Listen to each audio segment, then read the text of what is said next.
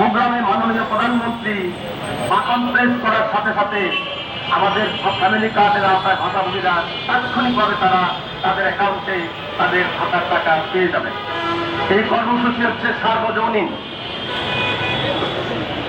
Piloting পর্যায়ে হতদরিদ্র, দরিদ্র ও নিম্নবিত্ত পরিবারকে কর্মসূচির আওতায় আনা হবে এবং পরবর্তীতে ধাপে ধাপে দেশের সকল পরিবার এই কর্মসূচিতে অন্তর্ভুক্ত হবে।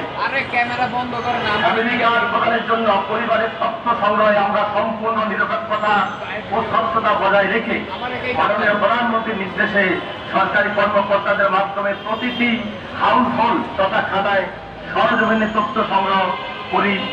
সংগৃহীত তথ্য 3 পর্যায়ে অর্থাৎ ওয়ার্ড পর্যায়ে, ইউনিয়ন পর্যায়ে এবং উপজেলা পর্যায়ে যাচাই বাছাই শেষে তালিকা চূড়ান্ত করা হয়।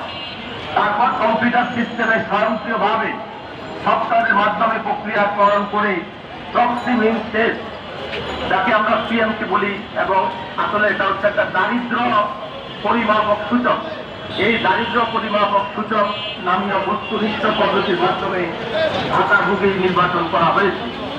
এই পদ্ধতিতে পরিবারের আয়, সম্পদ এবং জীবনযাত্রার মান যাচাইপূর্বক ভাতাভোগী নির্বাচন সম্পন্ন করায় উপকারভোগী নির্বাচনে কোনরূপ দুর্নীতি, স্বজনপ্রীতি, ম্যানিপুলেশন বা ম্যানুয়াল হস্তক্ষেপের সুযোগ ছিল না এবং সুযোগ নাই। ফ্যামিলি কার্ডের ভাতা উপকারভোগীর পছন্দ অনুযায়ী তার ব্যাংক অ্যাকাউন্টে অথবা মোবাইল ফিনান্সিয়াল সার্ভিসের মাধ্যমে গভর্নমেন্ট টু পার্সন অর্থাৎ G2P পদ্ধতিতে প্রেরণ করা হবে। ফলে ভাতা প্রাপ্তিতে তৃতীয় কোনো ব্যক্তি দ্বারা ভাতাভোগী প্রতারিত হওয়ার সম্ভাবনা বা আশঙ্কা নেই।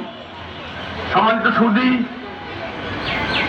প্রাথমিক পর্যায়ে অর্থাৎ পাইলটিং স্টেজে ঢাকার বনানীর পাইল, সাততলা ও ভাসানটেক বস্তি ও মিরপুরের অলিমিয়া টেক ও বাগানবাড়ি বস্তি এবং ঢাকার বাইরে চট্টগ্রাম ও খুলনা সিটি কর্পোরেশন সহ দেশের বিভিন্ন জেলার 14টি স্থানে ফ্যামিলি কার্ড কর্মসূচি চালু হয়েছে।